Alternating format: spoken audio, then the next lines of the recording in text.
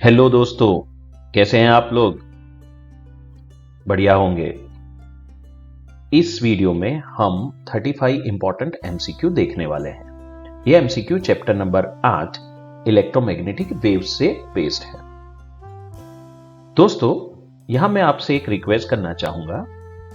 YouTube का algorithm मुझे बताता है कि 75% लोग जो इस तरह के वीडियोस को देखते हैं वो इसे लाइक भी नहीं करते और ना ही वो चैनल को सब्सक्राइब करते हैं। दोस्तों, इसमें कोई कीमत नहीं जाती है। अगर आप ये वीडियो को देखते हैं, इसे पसंद करते हैं तो इसे लाइक और सब्सक्राइब जरूर कर लीजिए। इससे आपका कुछ नहीं जाता, लेकिन मेरे जैसे छोटे क्रिएटर को इससे बहुत मोटिवेशन मिलता है। तो चलिए बने रहिए और आगे कुछ मिनटों में हम इस चैप्टर को कंप्लीट करते हैं। The electromagnetic wave is in the range of wavelength 3 mm to 100 cm are used for the purpose of satellite communication. The range of frequency corresponding to this range of wavelength is किसी भी electromagnetic wave के लिए lambda times frequency that is equal to speed of light होता है। अगर हम यहां पर देखें तो हमें वेवलेंथ दिया गया है, तो फ्रीक्वेंसी का रेंज होगा nu 1 that is equal to C divided by lambda 1, और एल्स इसे लिख सकते हैं 3 into 10⁸ divided by lambda 1 that is 3 millimetre. It is equal to 3 into 10⁻³ metre. ये रेंज हो जाता है 10⁻11 हर्ट्ज, जिसे हम चाहते हैं तो लिख सकते हैं 10⁵ टाइम्स 10⁶ दैट इज 10⁵ मेगाहर्ट्ज। अब यहीं से हम डिसाइड कर सकते हैं कि हमारा आंसर जो है वो बी होगा, क्योंकि सिर्फ एक ही ऑप्शन में 10⁵ मेगाहर्ट्ज है। लेकिन एहतियात के तौर पर हम दूसरी फ्रीक्वेंसी भी फाइंड कर लेते हैं, that is ν2 is equal to C divided by lambda 2। So C is equal to 3 into 10⁸ और लैम्बडा 2 का वैल्यू है 100 centimetre, that is 100 into 10⁻² metre. अगर देखा जाए तो ये बन जाएगा 300 मेगाहर्ट्ज। तो ये कंफर्मेशन दे रहा है कि बी आंसर ही सही आंसर है।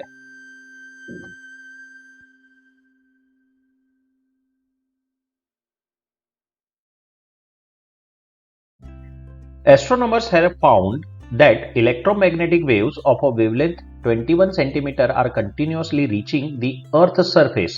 The frequency of radiation is. So for any electromagnetic waves, lambda times frequency is the speed of light, or else frequency that can be written as c divided by lambda. The value of c is given, that is 3 into 10⁸ divided by lambda, that is 21 centimeter. Means 21 into 10⁻² meter. Now this can be written as 1/7.143 into 10 to the power 10। एक point अगर हम shift कर ले तो ये बन जाएगा 1.43 into 10⁹ या फिर 1.43 gigahertz. So A is a correct answer here.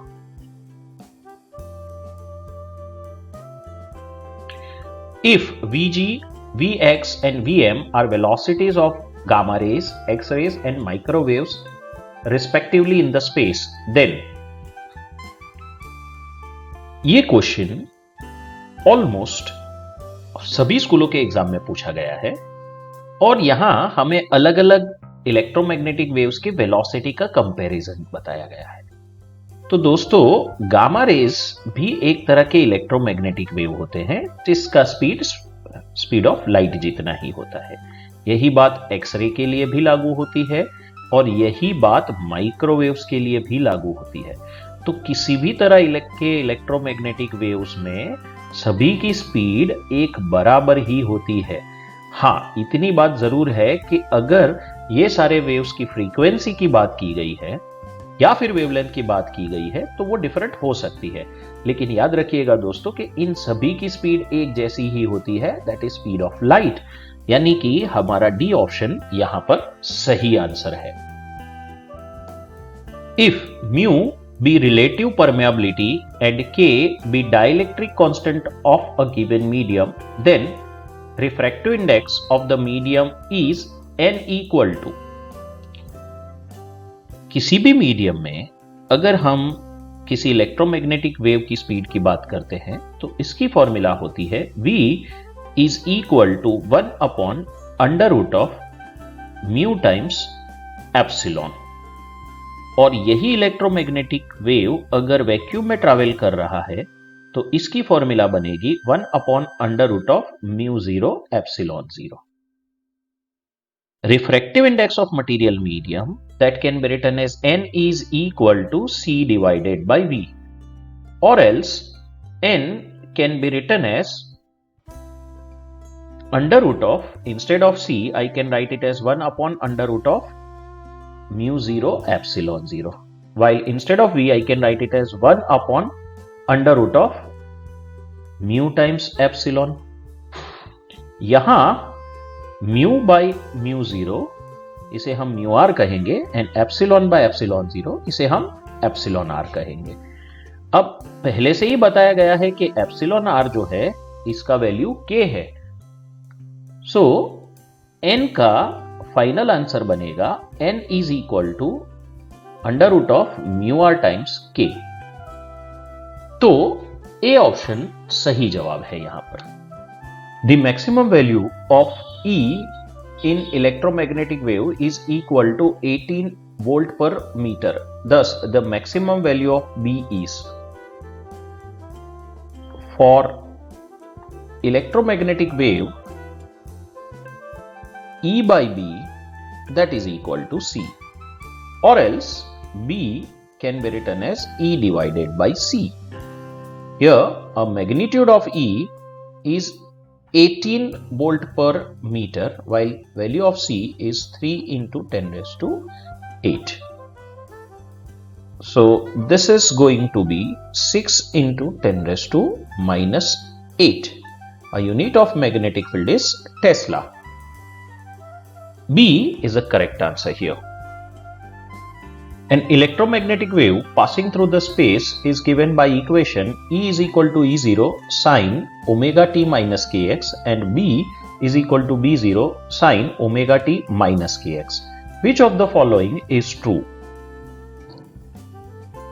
किसी भी इलेक्ट्रोमैग्नेटिक वेव के लिए E0 by B0 that is equal to C. While if you take a ratio of omega by k that is equal to 2 pi nu divided by 2 pi by lambda, अगर यहां से हम 2 pi cancel करें और denominator से अगर हम denominator से लैम्बडा के वैल्यू को न्यूमरेटर में ले जाए तो ये बनेगा lambda times frequency which is again a value of speed of light that is c. So E0 by B0 that is equal to omega by k, ये आपका सही जवाब है, लेकिन ऐसा कहीं ऑप्शन है ही नहीं। तो इस ऑप्शन को थोड़ा सा चेंज करते हुए ये बन जाएगा E0 into k that is equal to B0 into omega। जब हम सारे ऑप्शन चेक करते हैं तो इसमें सी आंसर बिल्कुल मैच करता है। A plane electromagnetic wave is traveling along x direction. The electric field vector is an arbitrary point at a time is E is equal to 6.3 j caret volt per meter. The magnetic field at that point at that time is। For electromagnetic wave, the ratio of E divided by B that is equal to speed of light say c. So that's why magnitude of B can be written as E divided by c. So here a value of E is 6.3 while value of c is 3 into 10 raised to 8. So your overall answer is 2.1 into 10 raised to minus 8 Tesla. Now we need to identify what could be the direction of progression. As you know, direction of progression is in the direction of E cross B. So if I say direction of progression, it is progressing along x-axis. So that's why direction of progression is I caret. That is equal to J times some unknown vector से R caret. So definitely यहाँ पर आप जानते हैं कि J cross K जो है वही वेक्टर I बनाता है. इसका सीधा मतलब हो गया कि R कैरेट जो है वही K कैरेट है. यानी हमारा मैग्नेटिक फील्ड वेक्टर फॉर्म में हम लिख सकते हैं 2.1 into 10 raise to minus 8 tesla with Z direction और else K caret times Tesla.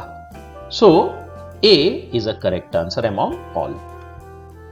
Two opposite charge particles oscillate about their mean equilibrium position in a free space with a frequency of 10 raised to 9 Hz.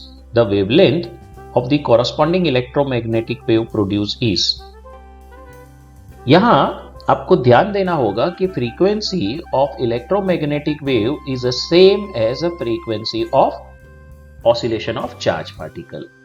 तो आपका answer 10 raised to 9 Hz हो जाएगा. अब ये frequency है. अगर हमें पूछा गया है वेवलेंथ क्या होगा तो हमें निकालना होगा lambda times frequency that is equal to speed of light. यानी कि lambda is equal to C divided by nu या फिर 3 into 10 raise to 8 divided by 10 raise to 9 और else we can write it as 0.3 metre. तो अगर आपके question में frequency पूछा गया है तो वो होगा 10 रेज़ टू 9 हर्ट्ज और अगर आपके क्वेश्चन में वेवलेंथ पूछा गया है तो आंसर होगा 0.3 metre. The wavelength 5890 angstrom and 5896 angstrom of sodium doublet correspond to blank region of electromagnetic spectrum. अब विजिबल लाइट के बारे में अगर हम बात करें तो इसका रेंज हमारी आंखों के लिए होता है 700 नैनोमीटर टू 400 नैनोमीटर या फिर 7000 एंगस्ट्रॉम टू 4000 एंगस्ट्रॉम. अगर आप देखें तो ये दोनों ही वेवलेंथ की जो रेंज है वो इसी के बीच में आ जाती है. तो हम कह सकते हैं कि सोडियम डबलेट विजिबल लाइट की रेंज में आती है. और इतनी गहराई में ना जाते हुए हम ये भी कह सकते हैं कि अगर इसको हम अपनी नेकेड आइट से देख सकते हैं तो डेफिनेटली ये विजिबल रीजन में ही आएगी. The frequency of electromagnetic wave in a free space is 2 megahertz. When it passes through a region of relative permeability ER is equal to 4, then its wavelength and frequency. इन दोनों में क्या change आएगा ये हमें पता लगाना है. अब जैसे हम जानते हैं N is equal to C divided by V or else we can write it as N is equal to under root of 1 upon mu 0 epsilon 0 and again 1 upon under root of mu and epsilon. इसे हम चाहें तो लिख सकते हैं ER times mu R. अब हमें यहां एक अजम्पशन लेना होगा कि जो ये mu है ना यही mu 0 है. यानी कि मैग्नेटिक परमेबिलिटी नहीं बदल रही है और इसी वजह से हमारा जो म्यू आर है इसका वैल्यू हो जाएगा 1. तो हमारा रिफ्रैक्टिव इंडेक्स है मटेरियल मीडियम का वो हो जाएगा ER that is equal to 4 times 1 यानी कि 2. ऐसी कंडीशन में हम लिख सकते हैं कि N is equal to 2 and that is equal to C divided by V.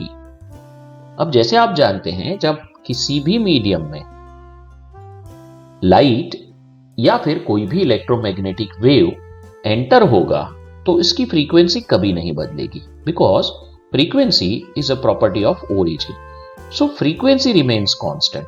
तो जो भी ऑप्शन फ्रीक्वेंसी को चेंज बता रहा है वो आपका आंसर कभी नहीं हो सकता। अब सवाल उठता है वेवलेंथ के साथ क्या होगा।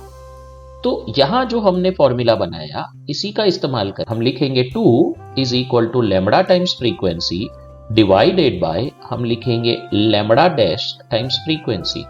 जैसे आप जानते हैं कि फ्रीक्वेंसी नेवर चेंजेस, तो इसी वजह से फाइनली हम लिख सकते हैं lambda dash is equal to lambda by 2, या फिर हम कह सकते हैं कि जो वेवलेंथ है वो हाफ हो जाएगी। तो इस वजह से हमारा बी ऑप्शन भी आंसर नहीं हो सकता। So D is the correct answer among all answers. The RMS value of electric field of the radiation coming from the sun is 720 Newton per coulomb. The average radiation density is blank joule per meter cube. Energy density of radiation can be written as rho is equal to epsilon 0 times E square RMS. Epsilon 0 is equal to 8.85 into 10 raised to minus 12, while E square is given as 720 square, that is 720 times 720. If we take product of this all, we will get answer as 4.58 into 10 raised to minus 6. So C is the correct answer here. In the region closer to the oscillating charges, the phase difference between electric and magnetic field is blank, and their magnetic quickly decrease as blank with a distance r. यहाँ एक छोटा सा problem है, ये magnetic नहीं, word होना चाहिए amplitude. और दोस्तों यहां जो इलेक्ट्रोमैग्नेटिक वेव्स की थ्योरी सबसे पहले प्रेजेंट की मैक्सवेल ने, उन्होंने बताया कि जब इलेक्ट्रोमैग्नेटिक वेव्स किसी ओरिजिन से प्रोड्यूस होते हैं तो उस वक्त उस ओरिजिन के पास इलेक्ट्रिक और मैग्नेटिक फील्ड सेम फेज में नहीं होते हैं। इन दोनों के बीच का शुरू की कंडीशन में कुछ ना कुछ फेज डिफरेंस होता है, और ये फेज डिफरेंस π/2 होता है। ये एक थ्योरेटिकल अजम्पशन है, इसका अब तक कोई प्रैक्टिकल प्रूफ हमें मिला नहीं है। तो इस वजह से यहां हम लोग कह सकते हैं कि हमारा डी और ए ऑप्शन कभी आंसर हो नहीं सकता।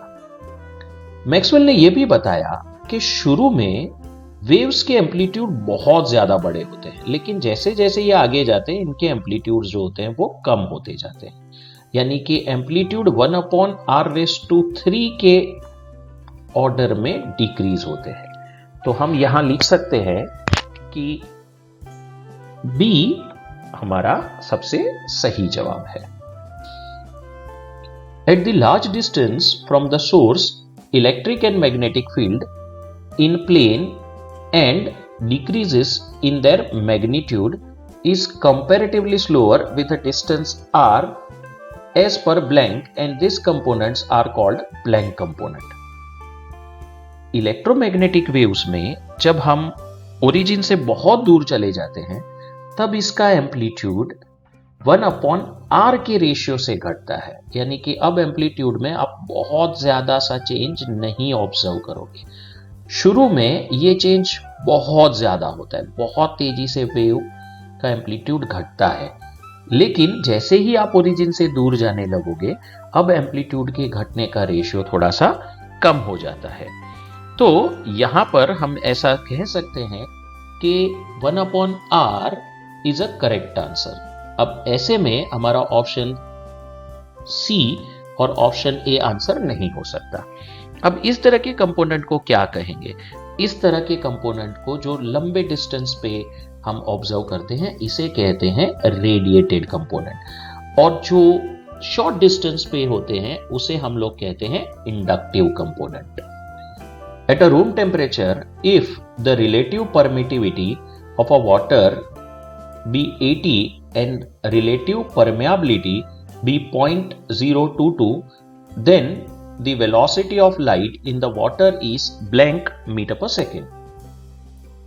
So, जैसे हम जानते हैं n को हम लिख सकते हैं c डिवाइडेड बाई v, या फिर c को लिख सकते हैं 1 upon under root of mu 0 epsilon 0, and v को हम लिख सकते हैं 1 upon under root of mu times epsilon. इसी को अगर हम सिंगल रेशियो में लिखें तो लिख सकते हैं mu divided by mu 0 times epsilon divided by epsilon 0, या फिर n can be written as under root of mu of r times epsilon of r, और एल्स म्यू ऑफ r की वैल्यू को हम लिखेंगे 0.022 टाइम्स एप्सिलॉन r को हम लिखेंगे 80। जब हम इसे सॉल्व करते हैं तो आंसर आता है 1.33।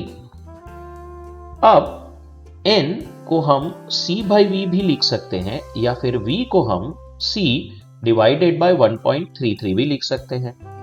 तो 3 इंटू 10⁸ डिवाइडेड बाय 1.33, ये जो है इसका आंसर आएगा 2.25 इंटू 10⁸ मीटर पर second.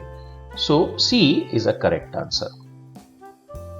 If the electric field associated with a radiation of frequency 10 MHz is E equal to 10 sin kx minus omega t millivolt per meter, then its energy density is blank joule per meter cube.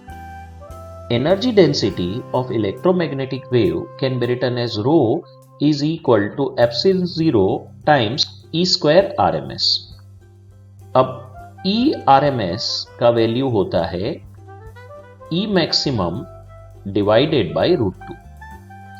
तो यहां हमारा energy density का formula हो जाएगा rho is equal to half times epsilon 0 times E maximum square. आप देख सकते हैं यहां पर मैंने E RMS की जगह पे E मैक्सिमम बाय √2 रख दिया, जिसका स्क्वायर होने पर ये E मैक्सिमम स्क्वायर और √2 का स्क्वायर 2 हो जाता है। अब इसके वैल्यू हम पुट आउट करते हैं तो ये हो जाएगा 1/2 टाइम्स एप्सिलॉन की value 8.85 into 10⁻⁻12 times E maximum formula से हमें मिल रहा है इसका वैल्यू 10। पर दोस्तों ध्यान दीजिएगा, यहाँ केवल 10 नहीं ले सकते, हमें मिली वैल्यू का भी ध्यान रखना होगा, इसीलिए इसे लेंगे 10 इंटू 10⁻³ और स्क्वायर होने की वजह से सेम क्वांटिटी को हमें रिपीट करना पड़ेगा। अब जब हम इसे सॉल्व करेंगे तो हमारा आंसर आता है 4.425 इंटू 10⁻16 जूल पर metre cube. So A answer सही आंसर है। An electromagnetic wave coming from infinity enters a medium from the vacuum. For this wave, blank is independent of the medium. और दूसरे शब्दों में कहेंगे will not change with respect to medium. तो दोस्तों, ऐसी कौन सी फिजिकल क्वांटिटी है जो मीडियम के साथ नहीं बदलती है? वो फिजिकल क्वांटिटी है फ्रीक्वेंसी। तो ओमेगा की फॉर्मूला होती है 2 पाई न्यू। सो इलेक्ट्रोमैग्नेटिक वेव में कभी भी फ्रीक्वेंसी नहीं बदलेगा, यानी कि इसकी एंगुलर फ्रीक्वेंसी भी नहीं बदलेगी। अब वेवलेंथ जो होता है वो बदल सकता है, since wavelength is a property of a medium while frequency is a property of origin. A is a correct answer here. For a radiation of 6 GHz passing through air, the wave number of waves per 1 meter length is। Electromagnetic waves के लिए lambda times frequency that is equal to c, या फिर nu by c that can be written as 1/λ। यहां 1/λ को ही हम wave number कहेंगे। So wave number can be written as 6 times giga, that is 10⁻⁹ hertz, divided by speed of light, that is 3 into 10⁸। तो यहां हमारा आंसर हो जाएगा 2 इंटू 10⁻⁻⁴ या तो फिर 20 metre inverse. C is a correct answer here. In Hertz experiment, the blank of electromagnetic wave is equal to kinetic energy of charge oscillating between two sphere.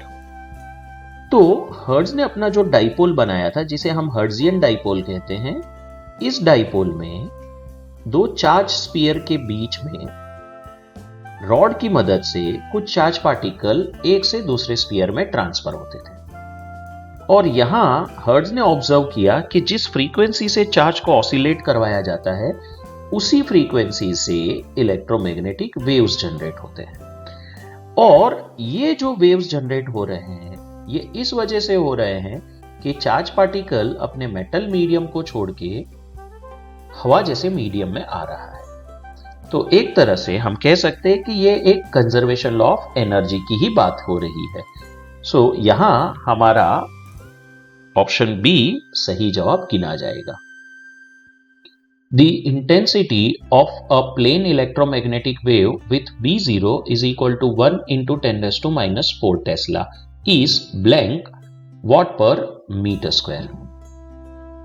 Intensity of electromagnetic wave can be written as C times energy density rho. C is the speed of light and energy density we can write as in form of magnetic field density, that is equal to B square RMS divided by mu 0. Now B square RMS can be written as B0 divided by √2 and square of it times 1 by mu 0. तो ये हमारा intensity का formula बन गया। अब हम सारे values इसमें सब्स्टिट्यूट करके देख लेते हैं। तो I can be written as 3 into 10⁸ times B0 square. That's why this can be written as 10⁻⁻8 divided by √2 square, that is written as 2, and mu 0 value can be written as 4 pi into 10⁻⁻12. तो ये सारे values 4 pi into 10⁻⁻7, जब हम ये सारे values को solve करेंगे तो हमें आंसर मिलता है 1.19 into 10⁻⁶. B is a correct answer. Magnetic field is produced due to magnetic field charge की मोशन की वजह से भी प्रोड्यूस होता है और चेंज इन इलेक्ट्रिक फील्ड की वजह से भी प्रोड्यूस होता है। तो ए और बी दोनों ही हमारे सही जवाब है, लेकिन जो ऑप्शन इन दोनों को इंक्लूड करता है वो हमारा मोस्ट अप्रोप्रिएट आंसर कंसीडर किया जाएगा। सो इस केस में हमारा सी आंसर सही जवाब गिना जाएगा। Blank is the scientist postulated electromagnetic waves. वो कौन सा साइंटिस्ट था जिसने इलेक्ट्रोमैग्नेटिक वेव्स के बारे में पोस्टुलेट दिए थे? अब इसमें कोई डिबेट हो ही नहीं सकता। इलेक्ट्रोमैग्नेटिक वेव्स की कल्पना जिसने थ्योरेटिकली सबसे पहले की थी वो थे Maxwell. So D is a correct answer. Blank gave the proof of theory of electromagnetic waves. अब ये थोड़ा सा ट्रिकी क्वेश्चन होता है। कई बार पूछा जाता है कि इलेक्ट्रोमैग्नेटिक वेव्स किसने प्रिडिक्ट किए थे, तो जवाब आएगा मैक्सवेल। लेकिन अगर कहेंगे कि लैब में सबसे पहले इस वेव्स को किसने प्रोड्यूस किया था, तो जवाब आएगा हर्ट्ज। तो याद रखिए इलेक्ट्रोमैग्नेटिक वेव का प्रिडिक्शन मैक्सवेल ने किया था और इसका सबसे पहली बार प्रोडक्शन लेबोरेटरी में हर्ट्ज ने किया था। Who gave the proof of existence of electromagnetic waves in laboratory? इसका आंसर भी हर्ट्ज ही आएगा। Electromagnetic waves are blank type. Electromagnetic waves जो होते हैं, इसे एक जगह से दूसरी जगह जाने के लिए किसी भी तरह के मीडियम की जरूरत नहीं पड़ती है, इसीलिए हम इसे नॉन मैकेनिकल वेव्स कहेंगे। अब नॉन मैकेनिकल हमारे पास दो ऑप्शन में है। तो इसमें से कौन सा सही होगा, नॉन मैकेनिकल लॉन्जिट्यूडल और नॉन मैकेनिकल ट्रांसवर्स? तो इलेक्ट्रोमैग्नेटिक वेव्स जो होते हैं ये ट्रांसवर्स वेव होते हैं, तो हम इसमें कहेंगे कि इलेक्ट्रोमैग्नेटिक वेव्स जो होते हैं वो होते हैं non mechanical and transverse. In Hertz experimental arrangement metal sphere behaves as, Hertz के एक्सपेरिमेंट में मेटल स्फीयर जो था वो कैपेसिटर की तरह बिहेव करता था, जबकि इस एक्सपेरिमेंट में इस्तेमाल हुए रॉड इंडक्टर की तरह बिहेव करते थे। For blank the speed of electromagnetic wave is not equal. तो क्या ऐसी चीज है जो इलेक्ट्रोमैग्नेटिक वेव में इक्वल नहीं होती है? तो हम कह सकते हैं कि सारे मीडियम में इलेक्ट्रोमैग्नेटिक वेव्स की स्पीड एक जैसी नहीं होती है। So for all medium the speed of electromagnetic wave is not equal. D is a correct answer here.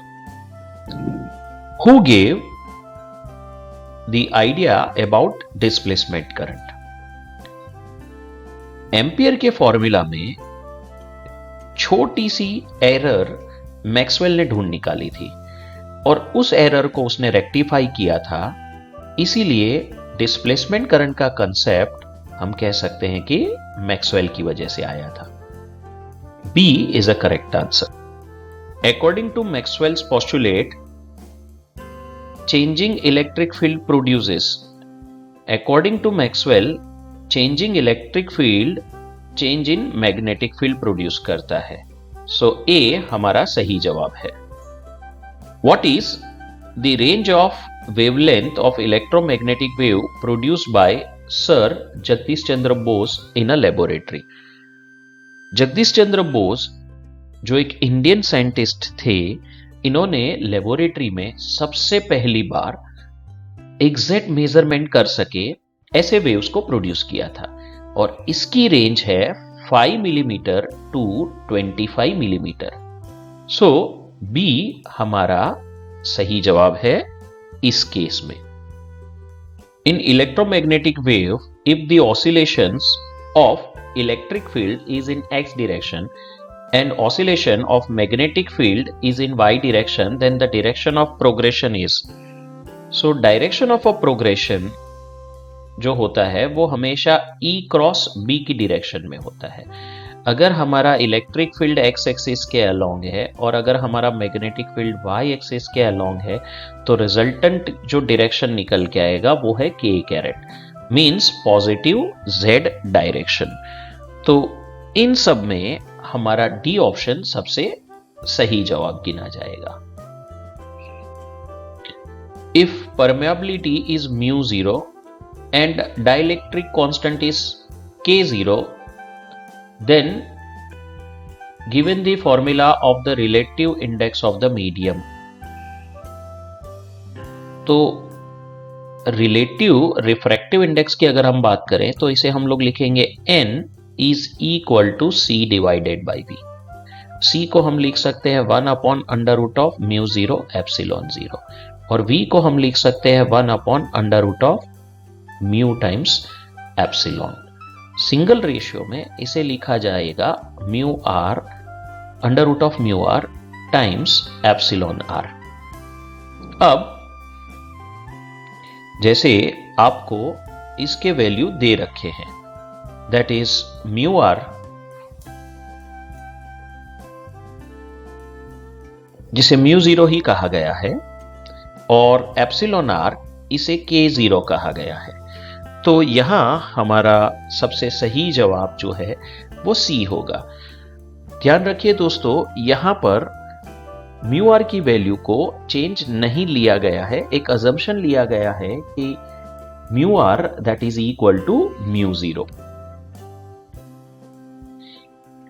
The relation of amplitude of correlate of electric and magnetic field is.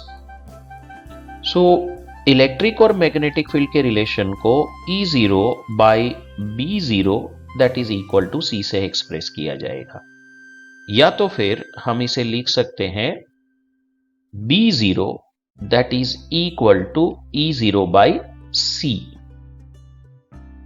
या तो फिर same equation को लिखा जा सकता है E0 is equal to B0 times C। तो इन सभी को देखते हुए B हमारा सबसे सही जवाब गिना जाएगा। Which of the following relation is true? For electromagnetic wave E0 by B0 that is written as c, that is speed of light। अब इसे अगर हम चाहें तो रीराइट कर सकते हैं E0 by B0 is equal to 1 upon under root of mu 0 and epsilon 0 से। और अगर हम इसे फिर से रीअरेंज करें तो ये फॉर्मूला कुछ बन जाएगा B0 is equal to E0 times under root of mu 0 epsilon 0। यहां हमारा C इक्वेशन इसी बात का इंडिकेशन दे रहा है।